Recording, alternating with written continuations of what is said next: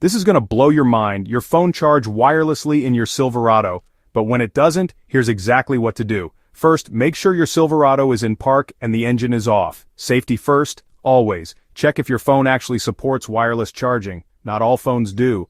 And cases matter. Thick, metal, or magnetic cases can block charging. Remove your phone case and try again. Next, clean the wireless charging pad. Dust, coins, or even a forgotten receipt can mess things up. Wipe it down and clear the area. Still not working? Restart your phone. Sometimes a quick reboot is all it takes. If the charger still won't cooperate, check your Silverado's settings.